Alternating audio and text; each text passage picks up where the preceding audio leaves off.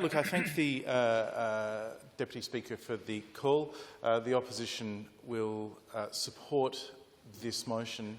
I put on the record some factors in relation to the debate that has taken place today. I reiterate my concerns about process. I'm not going to dwell on that, but the concerns that I made clear between 12 and 1 remain. I think that there were much better ways that the government could have gone about this in a more collegiate way, especially given the outcome they're seeking to achieve. Secondly, I reiterate the Liberal Party approaches the question with an open mind, and acknowledging the need for timeliness, the Liberal Party supported the government in the Legislative Council against an adjournment in that time so that this matter could be dealt with today, notwithstanding that we wouldn't have dealt with it in this way.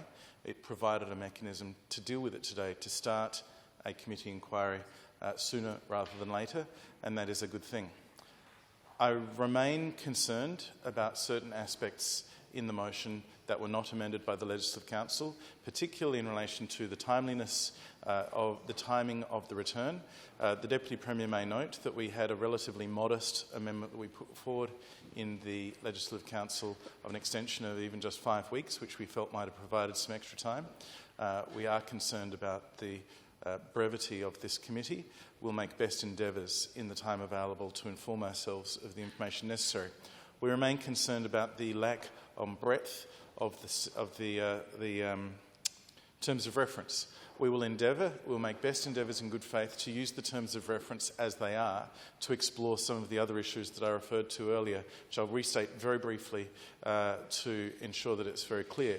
We will seek to utilise the terms of reference, and I think there's one on the second page that I alluded to earlier that may be helpful, to explore issues relating to the government's proposal that surround the governance and legislation itself. I'm particularly thinking about the land use, particularly thinking about the impacts of the investment funds being targeted for just one institution and not others. These terms of reference, on face value, again, noting that we saw them for the first time about 5 hours ago, I do not think are adequate to that task, but we will explore that. I'll work with the government in good faith to see if there's ways that we can ensure that those questions are able to be reasonably answered. Appreciate the fact that there are a range of crossbenchers on the committee proposed from the Legislative Council, and I understand that'll be added to from the House of Assembly, so the committee won't be entirely controlled by the government. I look forward to working, should the House be good enough to appoint me to the committee, I look forward to working with all of them to explore these complex issues. We will make best endeavours to get the information we need to find a logical path forward for this from the Liberal Party. We do so in good faith with an open mind, but a level of scepticism, especially from our point of view, what we see as being a botched process up to now, and indeed we encourage the government to reflect on the week that has passed. I think that there are ways that we can operate as a parliament on behalf of the people of South Australia that are not bringing into question some of these matters that we have seen this week.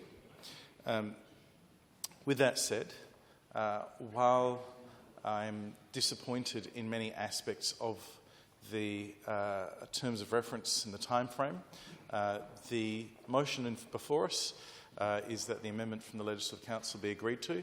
The amendment seeks to expand, I think, the Legislative Council representation by one, and we certainly have no problem with that.